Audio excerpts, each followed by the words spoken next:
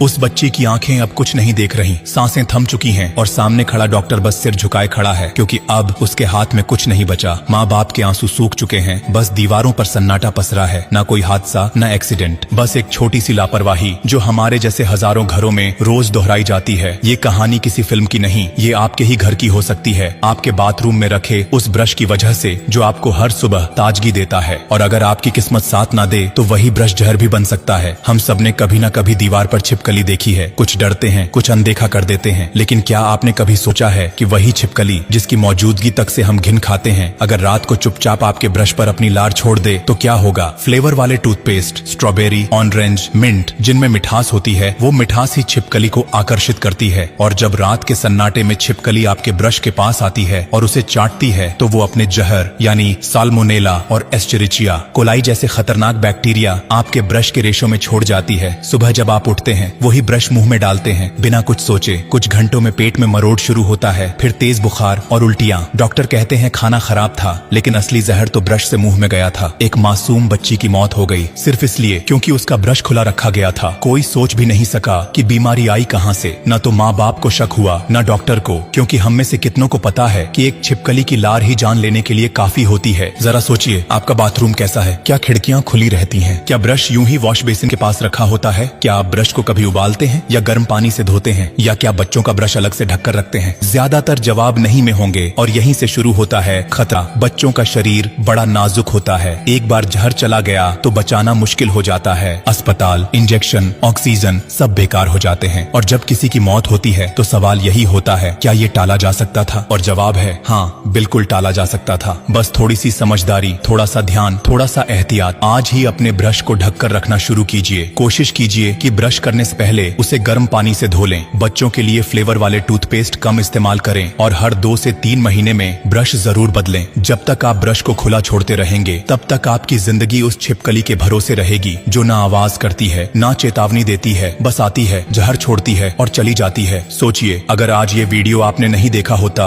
और अगर आज रात वो छिपकली आपके ब्रश पर आ जाती तो क्या कल सब कुछ वैसा ही रहता? कभी कभी जिंदगी हमें संकेत देती है और ये वीडियो उसी संकेत जैसा है। अगर अब भी कोई इसे हल्के में ले रहा है तो शायद उसे तब समझ आएगा जब बहुत देर हो चुकी होगी। इसलिए जो महसूस किया है उसे दिल में मत रखिए, क्योंकि जिस तरह आंधी से पहले एक अजीब सन्नाटा होता है, ठीक वैसे ही जिंदगी में कभी कभी एक छोटी सी बात बहुत बड़ा बदलाव लाती है। आपसे कुछ मांगना नहीं है, बस इतना कहेंगे कि कभी किसी से ये बात यूं ही कह दीजिए, ब्रश ढककर रखा करो भाई, छिपकली भी मीठा खाती है, और देखिएगा वो मुस्कुराएगा और शायद उस दिन से कुछ बदल जाएगा। कभी किसी बच्चे को देखिए और मन ही मन सोचिए कि वो महफूज है या नहीं, और फिर आपको खुद लगेगा कि आज कुछ करने का मन है। अगर दिल कहे कि इस वीडियो को किसी और तक पहुंचाना चाहिए तो जरा सोचिए, कौन वो एक शख्स है जिसे आप सबसे ज्यादा चाहते हैं? क्या आप नहीं चाहेंगे कि वो सुरक्षित रहे? जब बात दिल से निकले तो जुबान की जरूरत नहीं पड़ती।